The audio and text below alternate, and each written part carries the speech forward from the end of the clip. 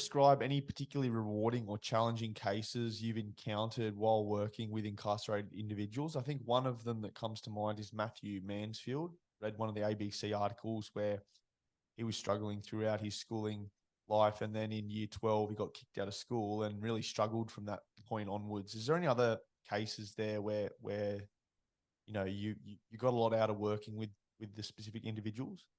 Yeah, look, I get a lot out of working with every one of the individuals because they're all so unique and different, and they're all, I think the key thing in getting something out of it is understanding that we are being, when I'm working with somebody, I know that I am being given as much as I might be feeling that I'm giving to them. Often I feel like I'm being given more, the insights into the kinds of challenges that they might have faced through their lives is just like, it's utterly humbling, and it can be devastating, but also humbling. But the richness of a connected relationship that is purposeful. And so, with my work with my clients, I'm purposeful in the communication that we might be seeking to the communication skills that we're seeking to build, that we've got a reason to be together, and we can genuinely like each other while we're doing that work together. And so it's always rewarding. I feel like it always comes back, tenfold to me. It's not why I do the work to get, kind of reward coming back tenfold at me. It just happens that if you do work in which you're genuinely reciprocally present in the interaction, that's just what happens. It's just the nature of human reciprocity. So that the nature of, your turn, my turn, your turn, my turn, which is what a conversation is. It's lovely. But I will just say, Matt Mansfield, who you've named there, there's a little 8-minute video that he has on the Connect 42 website, and it's just a lovely, lovely story in which you kind of just meet this really humble guy who had this really difficult past, and participated in very difficult ways in his difficult past, but then on the back of understanding that he needed to change for his children.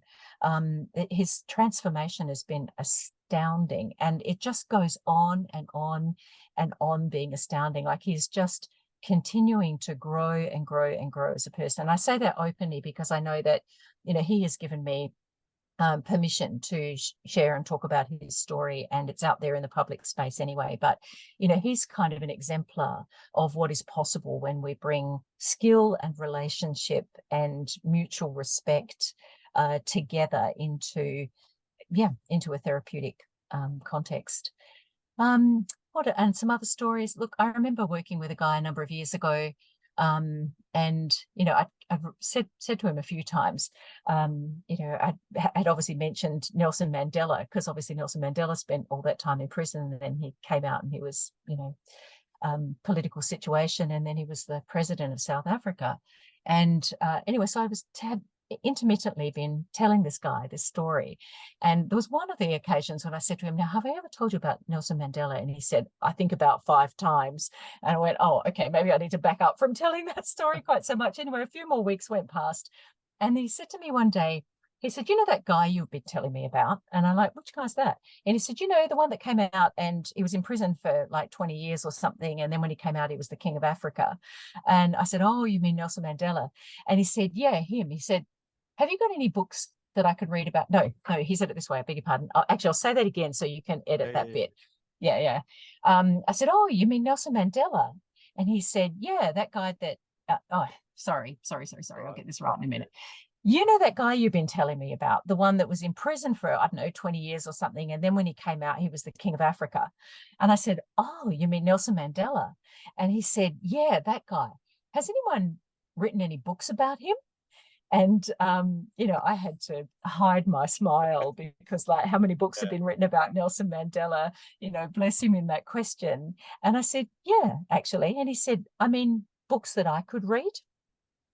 And he had just, we had just been working with his reading, and he'd just moved from the point of, where I first met him and assessed him, young man in his, at that time in his early 30s. He was reading at about the level of an 8-year-old. And then after a few months of work together, he was reading at the level of a 12-year-old.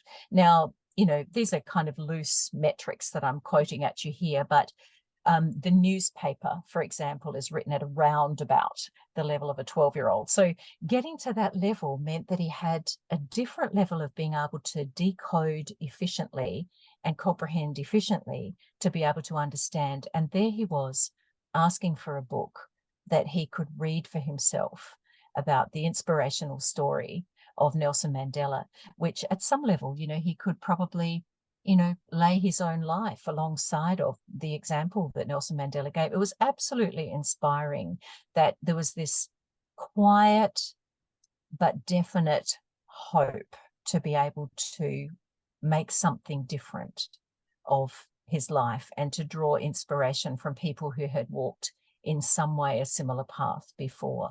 And those stories are so in potential. They are so in potential, but it's relationship that, is so important in drawing them out. And of course, giving skill as well.